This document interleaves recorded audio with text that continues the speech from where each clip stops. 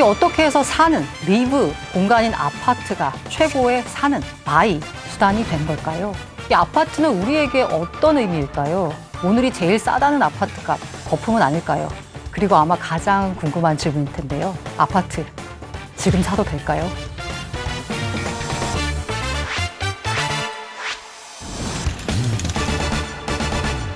네, 안녕하세요. 보란 기자입니다. 오늘 가지고 온 주제는 아마 모든 분들이 가장 관심이 많을 주제, 집입니다. 우리는 왜 아파트를 욕망하는가? 최근에 청약을 마감한 강남의 한 아파트에는 3만 6천 명이 몰렸습니다. 당첨만 되면 당장 10억 원의 시세 차익이 가능하기 때문이죠. 10억 원, 어느 정도일까요?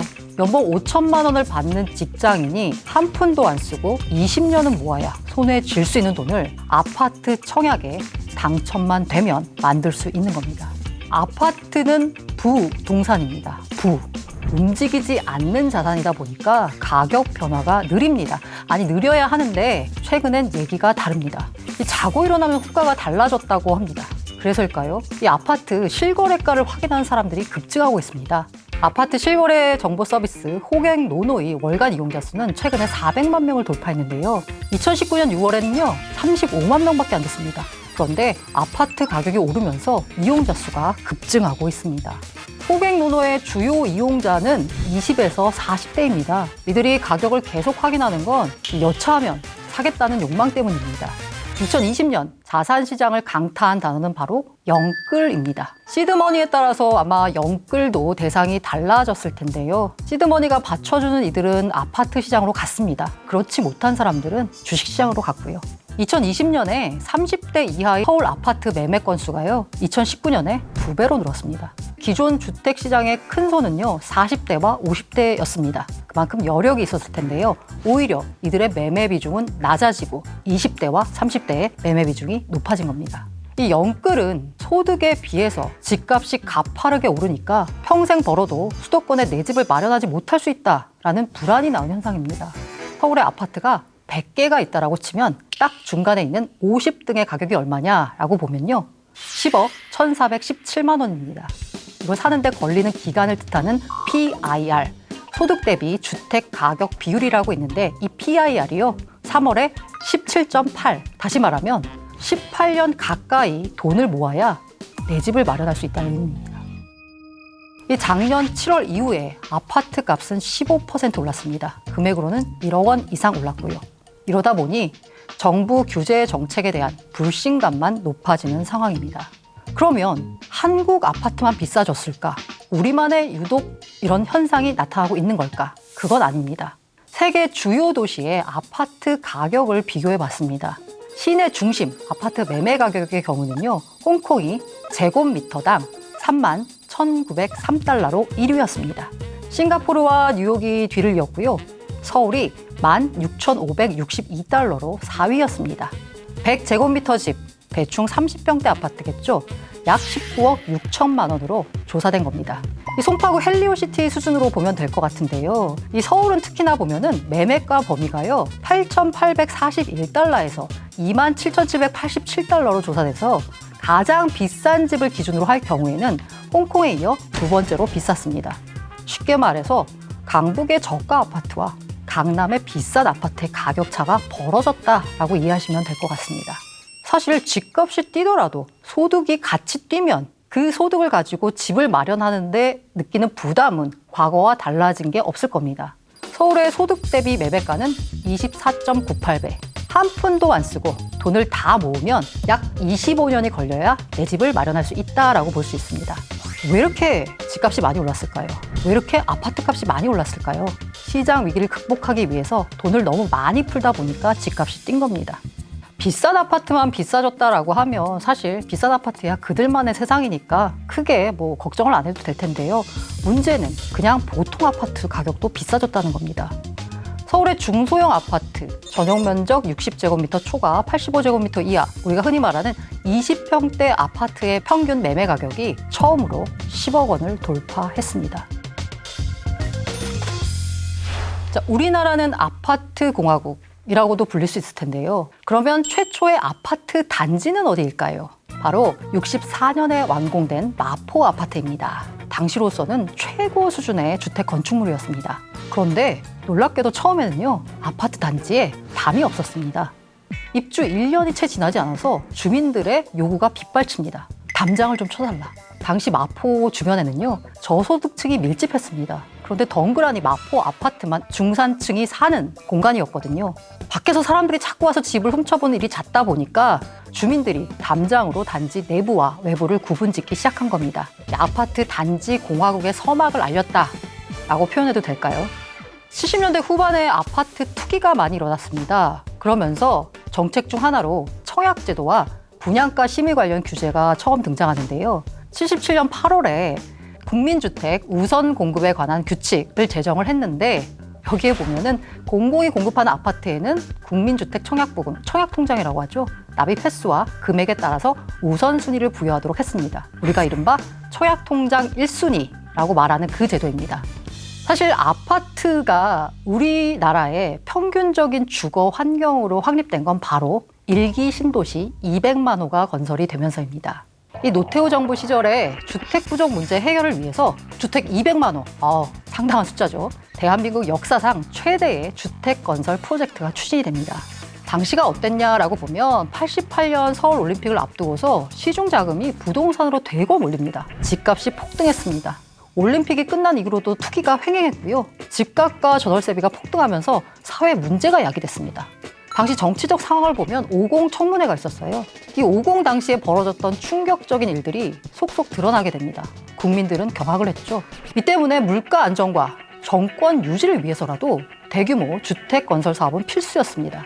분당과 일산 등 신도시에 200만 호 물량 폭탄을 공급하면서 집값은 빠르게 안정세를 찾았습니다. 일기 신도시를 기폭제로 대한민국에서 본격적으로 아파트 위주의 주거 환경이 정착이 되는데요. 반면에 단독주택은 인기를 잃고 서서히 슬럼화되기 시작합니다. 이 90년대 들어서 주택 보급률이 86%를 웃돌자 주택을 살려는 수요가 줄어듭니다. 그러니까 시장이 침체가 됐고요. 8, 90년대에 주택 산업을 주도하던 동아건설, 우성건설, 우방 등이 이 미분양 아파트가 너무 늘어나면서 자금난으로 연쇄 부도를 맞게 됩니다. 여기다가 다 아는 외환위기까지 겹치면서 주택 분양이 급감을 하죠. 주택 분양이 급감을 한다. 공급이 줄어드니까요. 다시 2000년대 초반에는 공급 부족 사태가 일면서 가격이 급등하게 됩니다.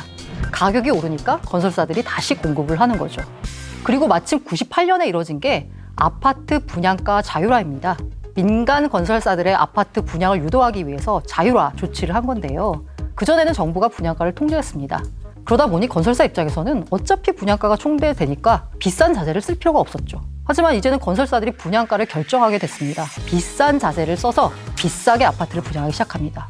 뭔가 다른 아파트와는 차별되는 비싼 아파트를 팔려는 건설사들의 의도가 개입이 되면서 브랜드화가 이루어집니다. 이전까지는 건설사 이름이 붙은 아파트, 예를 들면 압구정 현대 이랬는데요. 이때부터 나온 게요. 삼성물산의 레미안, LG건설, 지금 GS건설이죠. 자이, 대우건설의 푸르지오 등이 2000년대 초반에 등장합니다. 그리고 도곡동 타워팰리스가 2002년에 완공이 되는데요. 이때부터 본격적으로 강남 입성, 강남 불패 등의 고유 명사가 등장합니다. 이어질 거라고 보고 있고요. 어떻게 보면 지금은 강남이 이런 표현이 좀 그렇지만 그들만이 사는 세상? 이른바 C족 사회가 됐어요. 지금 현재 여러 가지 대출 규제 때문에요. 자금력이 없으면 아예 강남에 들어갈 수가 없어요. 그럼 강남에 들어갈 수 있는 사람들은 누구냐? 부모가 부를 이전해주는 사람입니다. 그냥 그 김씨 집안에 김씨 아들이 들어와서 사는 곳이 강남이 됐기 때문에 결국 그렇게 끼리끼리만 가족이 형성되는 거죠. 그래서 강남 같은 경우에는 어나더 레벨의 다른 레벨의 주거 형태가 됐다라고 봐도 좋을 것 같습니다. 시장에 있어서 어쨌든 가격을 결정하는 게 수요와 공급이라고 치면 강남 아파트 대단지 공급이 이루어질 수 있는 여지가 별로 없습니다. 땅이라는 제한된 공간 때문에 거기에 추가로 공급이 많이 일어나지 않는 거고 모든 사람들이 열망하는 곳이 바로 강남 아파트이기 때문에 표현하자면 우리가 맨하튼에 몇백억짜리 그런 집들이 있잖아요. 그 집에 대해서 비싸다 어쩌다라고 별로 생각 안 하잖아요. 왜냐면 그건 그냥 부자들이 사는 집이니까. 아마 한국에서도 그런 정도로 강남이 포지션이 되지 않을까라는 생각이 듭니다. 우리는 왜 아파트를 욕망할까라는 질문으로 돌아가 보겠습니다. 이에 대해서 국가건축정책위원장을 맡고 있는 박인석 명지대 교수는요. 아파트가 아니라 아파트 단지가 문제다라고 말합니다. 그래서 제가 다시 질문을 좀 바꿔볼게요. 한국은 왜 아파트 단지 공화국이 됐을까라는 질문을 던지겠습니다. 왜 우리가 아파트를 고를 때요, 대단지일수록 좋다라는 말들 하잖아요. 그만큼 단지를 따집니다. 그리고 하나만 있는 아파트는 나홀로 아파트라고 따로 부릅니다. 그런데 해외에서 아파트라는 주거 공간을 보면은요, 대부분이 다 나홀로 아파트입니다. 한국의 아파트만 특별히 아파트 단지로 구성되어 있습니다. 왜 아파트 단지 공화국이 됐을까? 첫 번째는 공공의 책임을 민간에 떠넘겼기 때문입니다. 70년대 이후 본격적인 경제 성장이 이루어지면서 필요한 게 사실 주거와 공공 환경에 대한 투자였습니다. 저녁을 먹고 산책할 가로수길이 있으면 좋고요. 주말엔 테니스 치면 더할 나위 없겠죠. 이렇게 시민들의 욕구가 점점점 높아집니다. 그러면 정부는 환경에 대한 공공 투자를 해야 됩니다. 근데 70년대 이후 사실 나라에 돈이 없습니다. 돈이 없이 이걸 해결할 수 있는 방법은 편의시설이 갖춰진 아파트 단지 개발을 촉진하는 겁니다. 놀이터 만들고요, 수영장 만들고 녹지를 조성해서 단지를 만듭니다. 이걸 개발업체들한테 떠넘기죠. 그럼 개발업체는 어떻게 하나요? 이 시설 비용을 수요자들에게 전가해서 비싸게 팔면 됩니다. 공공투자 비용을 시민들한테 떠넘긴 거죠. 두 번째는요, 균질한 집단에 소속돼 있다는 안온감입니다. 나는 안전하다. 이 따뜻한 감정인 거죠. 사실 아파트 단지 대부분이요, 방음벽이나 담장으로 둘러싸여 있습니다. 차를 이용하면 게이트라고 부르는 한두 군데의 출입구를 통할 수밖에 없습니다. 이 느낌이 마치 군용을 드나들듯 차량 출입가드가 안팎을 철저하게 구분합니다. 이 군인들이 물품 구매를 위해서 PX를 가잖아요. 아파트에 사는 이들은 단지 내 상가를 이용하면 됩니다. 이 울타리에서 비슷한 집단의 사람들이 모여있는 데서 아, 나는 편하구나 라는 안온감을 느낍니다. 세 번째가요, 각자의 이해가 모여서 최상의 자산 가치를 유지하는 데 가장 좋은 형태가 바로 아파트 단지입니다. 우리나라의 경우는요, 관리비라는 이름으로 아파트 가치 보존에 노력을 기울이고 있습니다. 비용 효율적인 측면에서 이 단지가 클수록 관리가 잘 됩니다. 평균적으로 적은 돈을 내고도 더 나은 수준의 관리를 받을 수 있기 때문이죠. 게다가 이제 대단지 특성상 대규모 건설사, 그러니까 덩치가 큰 건설사의 경우에는 이 브랜드 아파트가 많죠. 이 브랜드 가치도 가격에 도움이 되고 있고요. 사실 이 단지 구성원들은 균질한 비슷비슷한 사람들입니다. 자산 가치 보존에 대해서 같은 열망을 갖고 있습니다. 그리고 가격 상승을 위해 노력합니다. 게다가 단지가 클수록 이른바 거래가 활발합니다. 이 아파트의 특성이 그렇지만 이 집이라는 개별성을 가진 재화를 균질화시켜서 거래에 편리하게 만듭니다. 보지도 않고 계약을 했다. 어떻게 보지도 않고 계약할 수 있을까요? 왜? 다 고만고만하니까. 게다가 단지가 크면 물량이 많습니다. 환금성이 좋죠. 부동산의 경우에는 환금성이 가장 문제가 되거든요. 때문에 다른 어떤 주거 형태보다도 대단지 아파트가 자산 가격이 높게 매겨지게 됩니다. 서울 주요 지역의 대규모 아파트 단지는 공급이 줄어든 상황입니다. 그런데 모두 다 대단히 아파트 단지를 욕망합니다. 욕망이 한 곳으로 몰리다 보니까 그 어떤 규제를 내놔도 가격은 상승할 수밖에 없습니다. 주변에서 보면은요, 주식 투자로 돈 벌었다는 사람은 사실 별로 많지 않은데 집을 잘 사서 집 투자를 잘해서 돈을 벌었다는 사람은 꽤 많이 볼 수 있을 것 같습니다.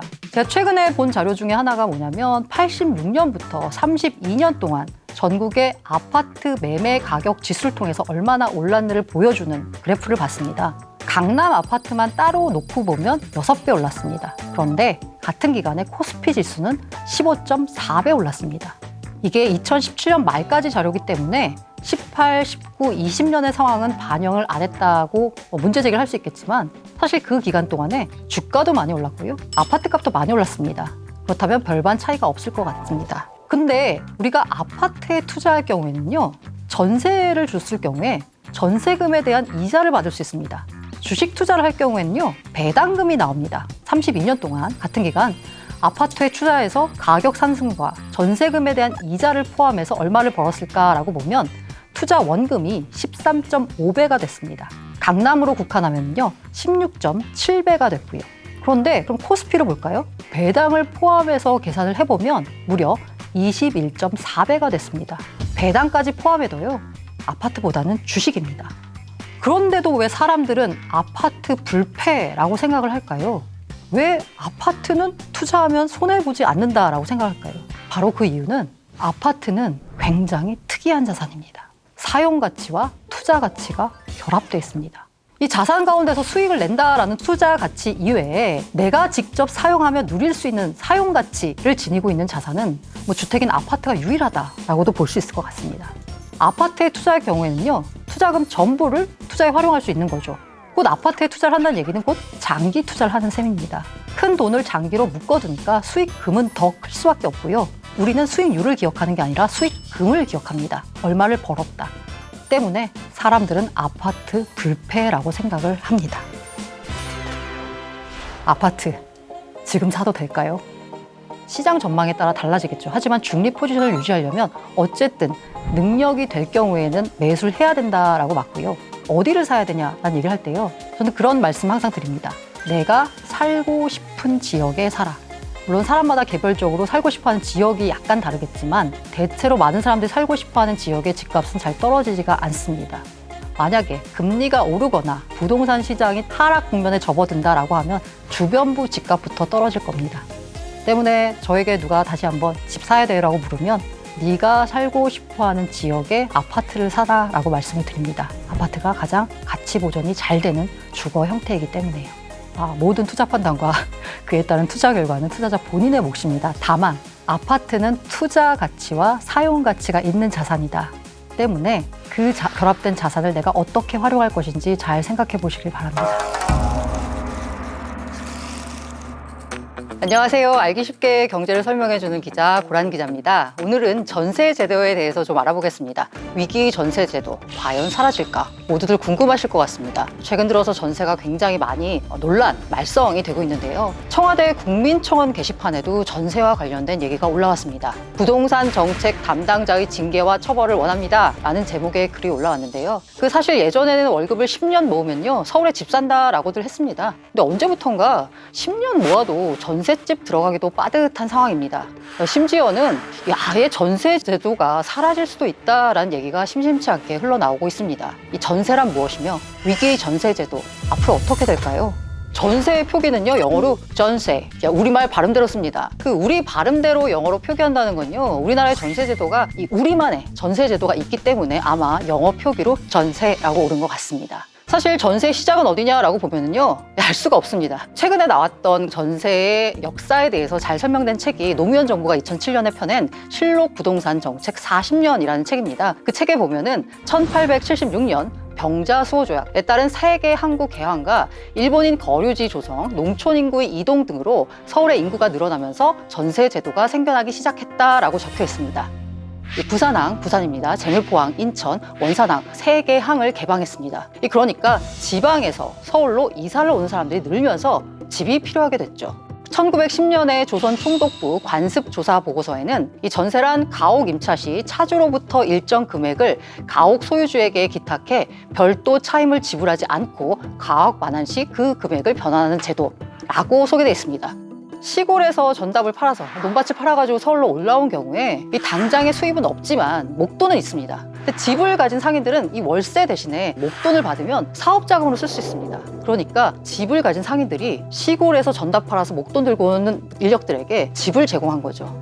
그래서 이 전세 제도라고 하는 건요, 보면 정부 정책이라기보다는 집주인과 세입자 간의 이해관계가 맞아서 자생적으로 생겨난 제도다라고 볼 수 있습니다. 근데 웃기는 건 뭐냐면요, 재밌는 건 금융 시스템이 지금 굉장히 많이 발달했거든요. 그런데도 불구하고 여전히 은행 시스템이 미비했던 시절의 제도가 유지되고 있다는 점입니다. 이 전세 제도는요, 사실 은행이 끼지 않고도 금융거래의 딜레마를 해결한 방법입니다. 돈 빌려간 사람을 이제 감시를 해야 되거든요. 감시를 하면 뭐가 들어가나요?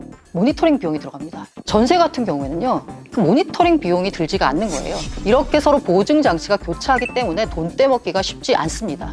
물론 전세금과 매매가 그 차이의 부분에 대해서 어떻게 하느냐, 이런 문제가 발생할 수 있지만 근본적으로 서로의 뭔가를 찾고 있어요. 그렇기 때문에 서로의 필요를 충족시켰던 거죠. 그러니까 굉장히 효율적으로 해결한 게 바로 전세 제도가 아닐까 합니다. 제가 2020년 6월 기준으로 한번 볼게요. 한국감정원의 전월세 전환율을 봤더니 서울이 5%, 보증금 1억을 월세로 전환하면 월 42만 원을 내야 됩니다. 근데 시중 대출금리가 2.5% 내외다라고 하면은요, 전세 보증금 1억을 대출받으면 반값인 21만 원을 이자로 내면 됩니다. 매달. 어떤 경우라도 전세의 주거비가 월세보다 적게 듭니다. 그러면 이거 도대체 그럼 집을 이렇게 싸게 빌려주는 집주인들은 뭐냐? 집주인은 바로 목돈이 필요하기 때문인 거고요. 사는 사람 입장에서는 은행으로부터 대출받지 않고도 내 집을 마련할 수 있는 유용한 방법이 되는 거죠. 전세 살면서 전세 보증금을 바탕으로 내 집을 마련할 수 있는 서민들한테 유용한 제도인 거죠. 근데 문제는 뭐냐면요. 전세를 끼고 사면 조금만 돈이 있어도 집을 살 수 있잖아요. 이른바 갭투자가 가능한 거죠. 이 갭투자라고 하는 게 사실 지금 투기 수단으로 악용되면서 이 갭투자를 활용해서 다주택자들이 굉장히 많이 늘고 있었고, 이게 만약에 파산되거나 혹시 도주하게 되면 집주인들이 세입자들이 목돈 전세 보증금을 받지 못합니다. 이런 사례가 종종 보도가 되거든요. 세입자 입장에서는 손해를 볼 수 있게 되는 거죠. 그래서 정부가 정책을 펼 때 오히려 전세 제도를 없애는 방향으로 많이 좀 정책이 펴나간 그런 지금 결과가 펼쳐졌습니다. 그래서 이 전세 시대가 그러면 이제 저무는 거 아니냐라는 얘기가 나오고 있습니다. 우리나라 전세가 처음에는 순수 전세가 거의 대부분이었거든요. 다른 하나가 이제 준전세라고 하는데요. 이게 이른바 시장에서는 반전세라고 합니다. 대개 보면은 보증금 비율이 절반이 아니라 순수 전세의 한 30에서 40% 정도에 그치는 경우가 대부분입니다. 그래서 이제 반전세보다는 준전세라는 표현이 맞는데 2010년에서 2015년 사이에요. 순수 전세는 줄었습니다. 준전세가 증가했습니다.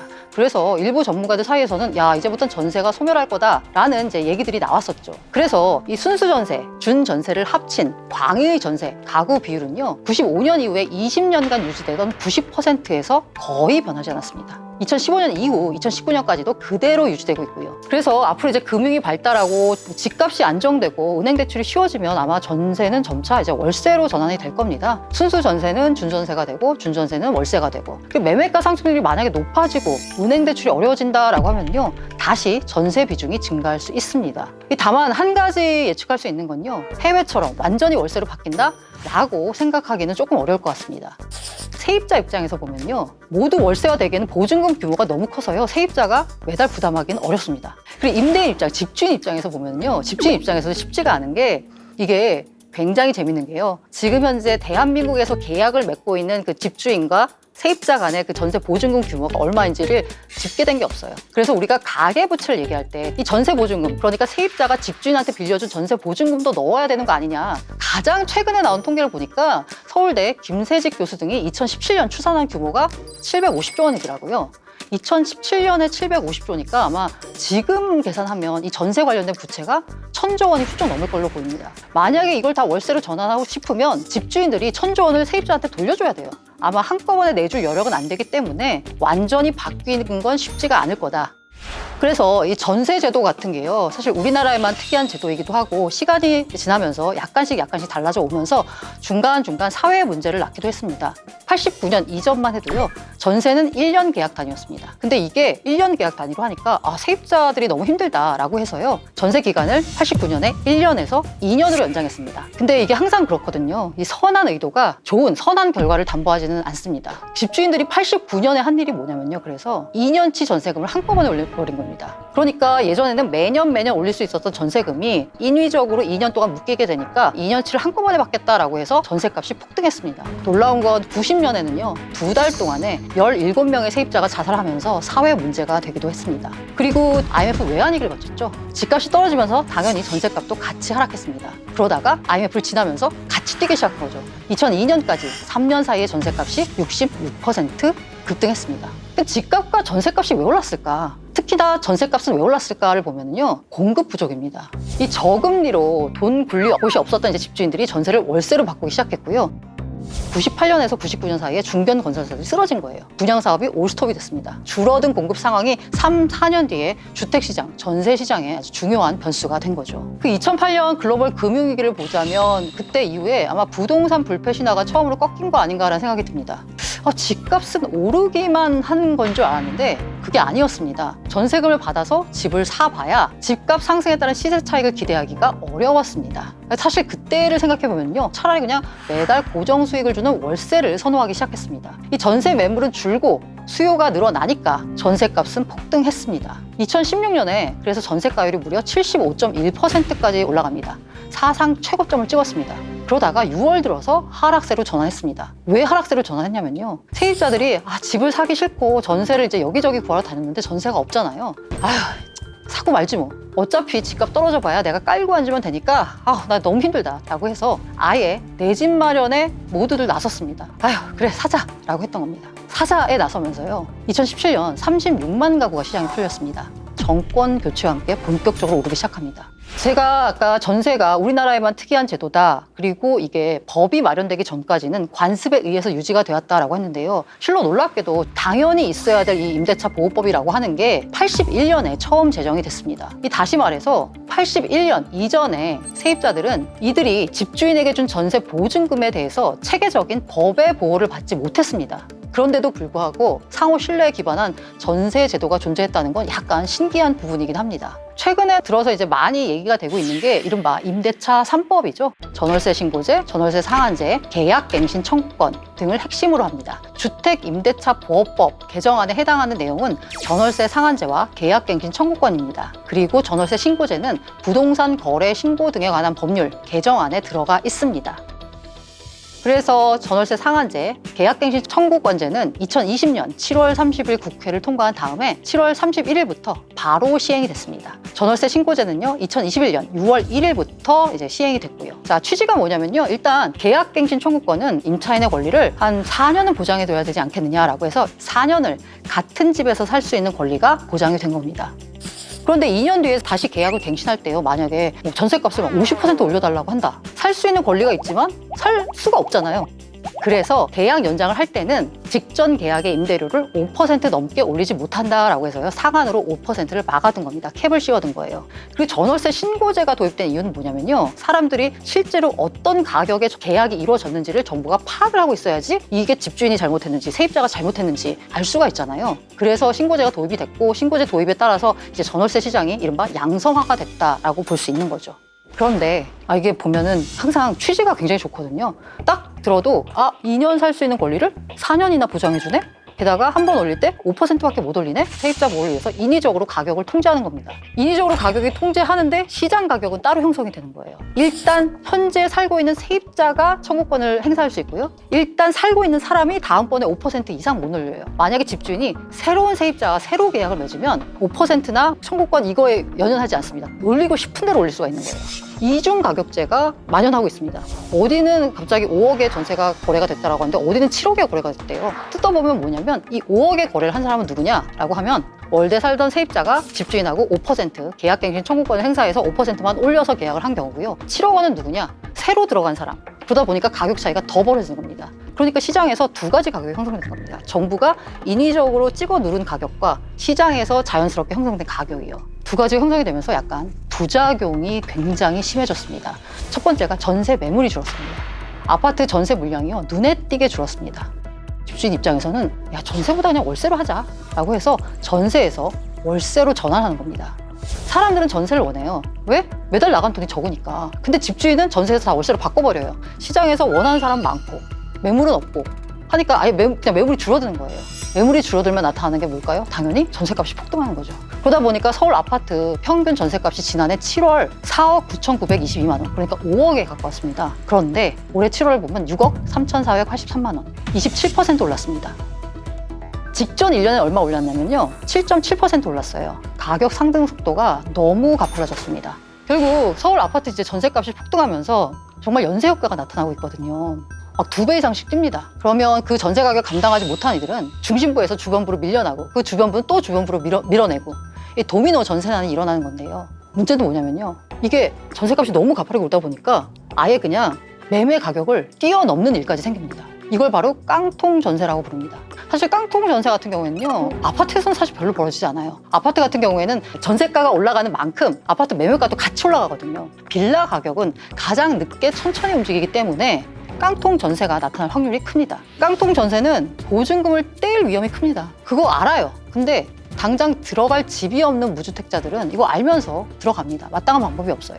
그래서 이걸 어떻게 해야 되지? 내 보증금을 지킬 수 있는 길은 뭐가 있을까를 고민을 했는데요. 이건 일종의 알아두셨으면 하는 팁인데요. 우리가 부동산 시장을 공부를 할 때 세입자도 공부를 해야 됩니다. 그 전세 만기가 돌아오는 2년 뒤에 이 지역에 어떤 부동산 관련 이슈가 생기는지를 따져야 됩니다. 예를 들어서 만약에 인근에 대규모 아파트 단지가 공급된다. 전세값이 떨어질 수밖에 없어요. 그러면 여기서 좀 더 깎아서 들어갈 수 있는지 아니면 더 좋은 곳으로 옮길 수 있는지 이거를 세입자 입장에서 고민을 해봐야 됩니다. 요걸 잘 염두에 두셔서 전세만 산다고 해서 부동산 시장 공부는 할 필요가 없구나 라고 생각하시면 안 되고요. 두 번째는 이제 실용적인 면인데요. 뭐 다 아시겠지만 이사하는 날 바로 주민센터에 가셔서 전입신고 하시고 확정일자 받아야 됩니다. 전입신고하고 확정일자를 받는 이유는 대항력과 우선 변제권을 갖추기 위해서거든요. 대항력은 뭐냐? 집주인이 바뀌더라도 내가 집을 비워주지 않을 권리입니다. 전입신고로서 대항력 요건이 생깁니다. 확정일자 이걸 받으면 우선 변제권이 확보가 됩니다. 우선 변제권은 뭐냐라고 하면 경매를 당했을 때 우선순위에 따라서 배당을 받을 수 있는 권리입니다. 그리고 세 번째가 등기부 등본상 나보다 선순위인 권리가 있는지 확인해야 됩니다. 전세할 때 이 집을 저당 잡고 있는 나보다 빠른 순서가 누구 있는지를 꼭 확인하셔야 됩니다. 그리고 그 금액이 너무 큰 경우는 다시 한번 생각해 보시길. 네. 전세 보증금을 집주인한테 받는 게 아니라 이 보험의 주체로부터 받을 수 있는 겁니다, 대신. 그리고 이 보험기관은 집주인한테 야, 그 보증금 우리한테 줘 라고 하면서 채권을 저한테 사가는 거죠. 그래서 한 월 2만 원 정도로 보험료를 낸다라고 생각하시면 내 전세 보증금은 집주인이 돈을 떼먹건 안 주건 상관없이 무조건 받을 수 있다라고 생각하시면 됩니다. 전세 보증금 반환보증보험은 크게 두 가지 기관에서 제공을 합니다. 서울보증보험 SGI와 주택도시보증공사 HUG 허그라고 부르는 이 두 곳에서 제공을 하고 있고요. 하나는 민간기업이고 하나는 공기업이에요. 당연히 공기업 쪽이 쌉니다. 네. 그러니까 기왕이면 허그, 주택도시보증공사의 상품을 드는 게 더 좋습니다. 근데 문제는 뭐냐면 비싼 집은 안 해줍니다. 대신 비싼 집은 어디서 해? 민간에서 하면 됩니다. SGI 서울보증. 지금 혼돈의 전세시장입니다. 그야말로 전세시장이 난리가 났는데요. 전세라고 하는 게 없어지기에는 너무나 유래고 깊고 관습으로 자리 잡았기 때문에 한순간에 없어지진 않을 겁니다. 하지만 앞으로 점점 그런 게 이제 사라질 수도 있고요. 이 사라지는 과정에서 불가피하게 피해자가 생길 수도 있습니다. 여러 가지 제도적인 방법, 관습적인 방법을 통해서 내 전세금을 보증받을 수 있는, 보호받을 수 있는 여러 가지 길이 있으니까 꼼꼼히 알아보시고 이 혼돈의 전세시장의 피해자가 되는 일이 없었으면 합니다.